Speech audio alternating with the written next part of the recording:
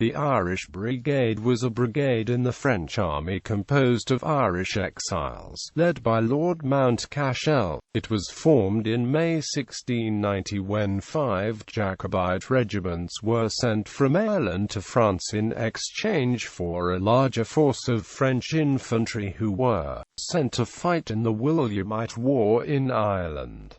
The regiments comprising the Irish Brigade served as part of the French army until 1792 formation. These 5 Jacobite regiments, comprising about 5,000 men, were named after the colonels Lord Mountcashel, Butler, Fielding, O'Brien and Dillon. The French reformed them and disbanded Butlers and Fieldings, either incorporating the men into the remaining 3 regiments. The remaining 3 regiments, Mountcashel's, O'Brien's and Dillon's, formed the 1st Irish Brigade in France and were known as Lord Mountcashel's Irish Brigade and served the French with distinction during the remainder of the 9 Years' War. Under the terms of the Treaty of Limerick in 1691, which ended the war between King James II and Seven and King William III in Ireland, a separate force of 12,000 Jacobites had arrived in France in an event known as Flight of the Wild Geese. These were kept separate from the Irish Brigade and were formed into King James's own army in exile, albeit in the pay of France. Lord Dorrington's regiment, later Roth, following the Treaty of Ryswick in 1698, was formed from the former 1st and 2nd Battalions James II's Royal Irish Foot Guards of Britain. Service. With the Treaty of Ryswick in 1697, King James's army in exile was disbanded, though many of its officers and men were reformed into new regiments. Having been merged into the original Irish Brigade, these units served the French well until the French Revolution. Other Irishmen, such as Peter Lacy, proceeded to enter the Austrian service on an individual basis. The Irish Brigade became one of the elite units of the French army, while increasingly diluted by French and foreign recruits from elsewhere in Europe. Its Irish-born officers and men often aspired to return to aid Ireland and regain their ancestral lands, as some did during the Jacobite rebellion of 1745. Irish regiments participated in most of the major land battles fought by the French between 1690 and 1789, particularly Steenkirk, near Windon, Massalia, Blenheim, Almansa, Malplaquet, Fontenoy, Battle of Laufeld, and Rossbach. Units of the Irish Brigade took part in the Rising of 1715 and the Rising of 1745. For the latter, a composite battalion of infantry comprising detachments from each of the regiments of the Irish Brigade, plus 1 squadron of cavalry, was sent to Scotland. This trained and disciplined force saw action at the Second Battle of Falkirk and Culloden, alongside the regiment of Royal Scots which had been raised the year before in French service. As serving soldiers of the French king, the Irish pickets were able to formally surrender as a unit after Culloden with the promise of honourable treatment, and were not subjected to the reprisals suffered by the Highland clansmen. Many other exiled Jacobites in the French army were captured en route to Scotland in late 1745 and early 1746, including Charles Radcliffe, 5th Earl of Derwentwater, a captain in Dillon's regiment who was executed in London in 1746. In the interim, however, the brigade found itself briefly opposed to its Spanish counterpart in the War of the Quadruple Alliance in 1718-20, as France was allied to the Jacobites' British Hanoverian rivals. As a result, it was Spain who assisted the Highland Jacobites in the rising that ended in the Battle of Glenshiel in 1719.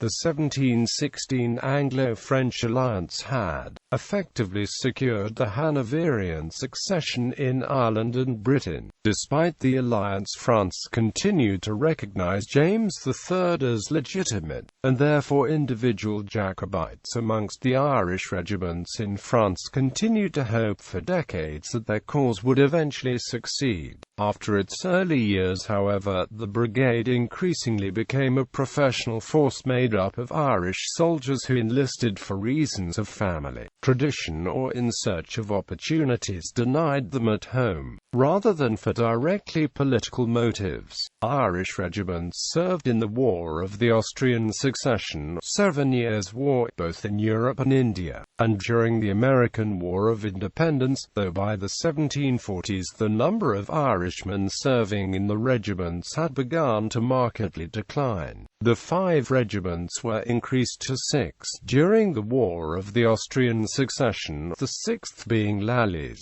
initially created by the Comte de Lally-Tollendal through drafts from the original 5. Each regiment had strength of 1 battalion of 685 men, and Fitzjames's cavalry regiment counted 240 men. The brigade played a crucial role at Fontenoy, attacking the right flank of the British column, suffering 656 casualties and, according to O'Callaghan, captured the colours of the Coldstream Guards and 15 cannon. McGarry, in a recently published book entitled Irish Brigades Abroad, identifies the flag concerned coming from Semple's regiment of foot, the forerunner of the King's Own Scottish Borderers. The Irish even suffered higher casualties of around 1,400 men at the Battle of Laufeld, when they led the assault which drove the British from Laufeld village and secured victory. During the 7 Years' War, the Irish regiments in French service were Bulkeley, Clare, Dillon, Ruth, Berwick and Lally, as well as the regiment of cavalry. Fitzjames's parts of these units were at the Battle of Culloden. From January 1766, the papacy formally recognized George III of the Hanoverian dynasty as the lawful monarch of Britain and Ireland, and refused to recognize Bonnie Prince Charlie, who was now styled as King Charles III by the Jacobites.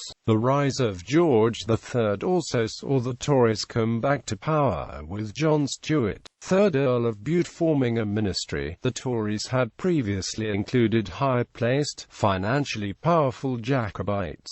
There were always a number of English and Scots serving in the brigade, though the numbers fluctuated markedly over the years. A database being compiled by the Centre for Irish-Scottish Studies at Trinity College suggests that for every 10 Irishmen there were on average 2 Englishmen and 1 Scot. Walsh's regiment is noted for aiding the American cause in the American Revolution, when a detachment was assigned as Marines to John Paul Jones' ship, the Bonhomme Richard. Their involvement and use of the motto Semper Ubique Fidelis may have influenced the subsequent adoption of the motto Semper Fidelis by the U.S. Marines. Recruitment. Until the 7 Years' War, the British authorities had turned a blind eye to semi-organized recruitment within Ireland itself for the regiments of the brigade, as long as the Irish troops were not employed against Britain or its allies.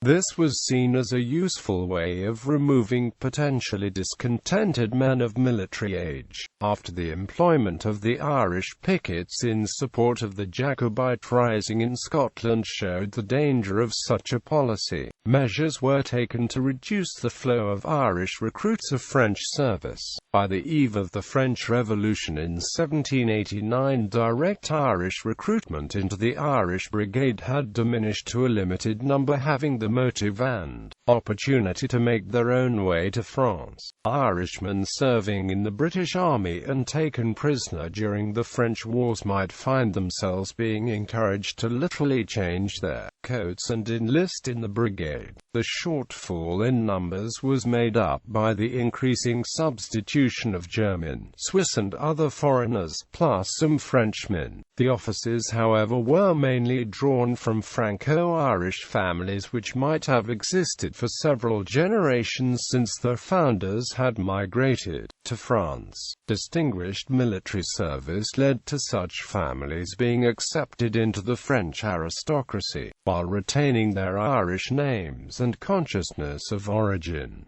Uniforms and flags. The Irish Brigade wore redcoats throughout the 18th century with different facing colours to distinguish each regiment. In 1757, Bulkeley's regiment had green facings, Clare's yellow, Dillon's black and Roth's dark blue with white braiding. The 1791 Provisional Regulations, on the eve of the disestablishment of the Irish Brigade, gave black facings to all four regiments with only minor distinctions to distinguish each unit. Most of the flags were representative of the British Jacobite origins, with every regimental colour carrying the Cross of St. George and the four crowns of England, Ireland, Scotland and France. Nearly all the regiment's flags carried an Irish harp in the centre, one exception being Roth's regiment of former Foot Guards, whose official title in the 1690s was the King of England's Foot Guards. The flag was a red cross of St. George with a crown in the centre, surmounted by a crowned lion. Another was the Earl of Clancarty's, whose flag became that of the Duke of Berwick's regiment when the latter was founded in 1698 following the abolition and merger of Clancarty's and several other regiments to form Berwick's.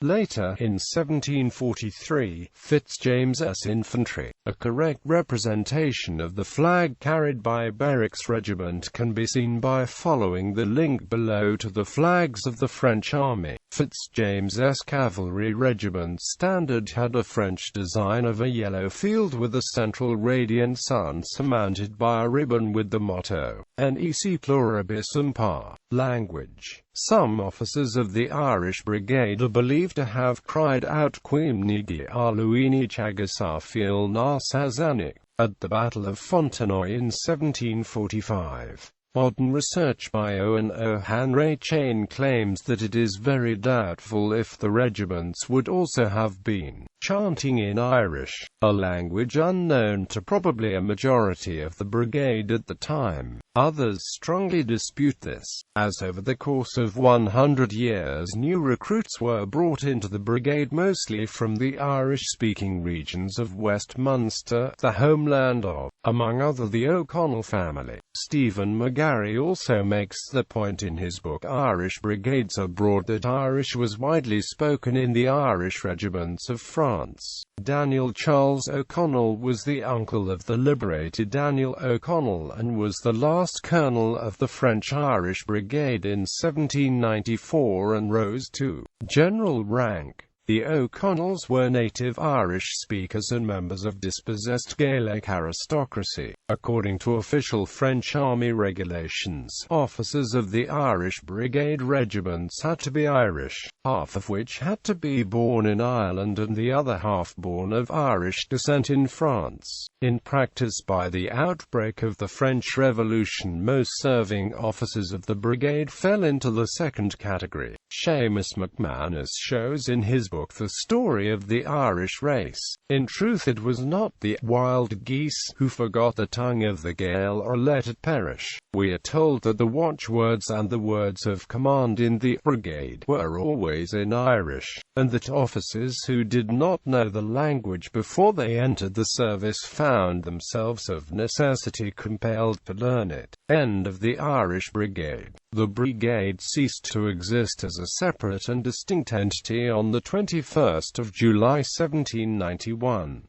Along with the other non-Swiss foreign units, the Irish regiments were transferred into the regular French army as line infantry, losing the traditional titles and uniforms, though the traditional names remained in informal use. The initial restructuring of the army saw the Dillon Regiment become the 87E Regiment, Berwick the 8080 and Walsh the 92E. The members of the Irish Brigade had historically sworn loyalty to the King of France, not to the French people and the new Republic of 1792. In 1792 some elements of the brigade, who had rallied to the émigré royalist forces, were presented with a farewell banner, bearing the device of an Irish harp embroidered with shamrocks and fleurs de lis. Of the two senior Dillon officers who remained in the French army, Theobald was killed by his soldiers when in retreat in 1792, and Arthur was executed in 1794 during the Terror. In 1793 the former Dillon regiment was split into the 157th and 158th Line regiments. In 1803, the Irish Legion was formed by Napoleon Bonaparte for Irishmen willing to take part in a future invasion of Ireland.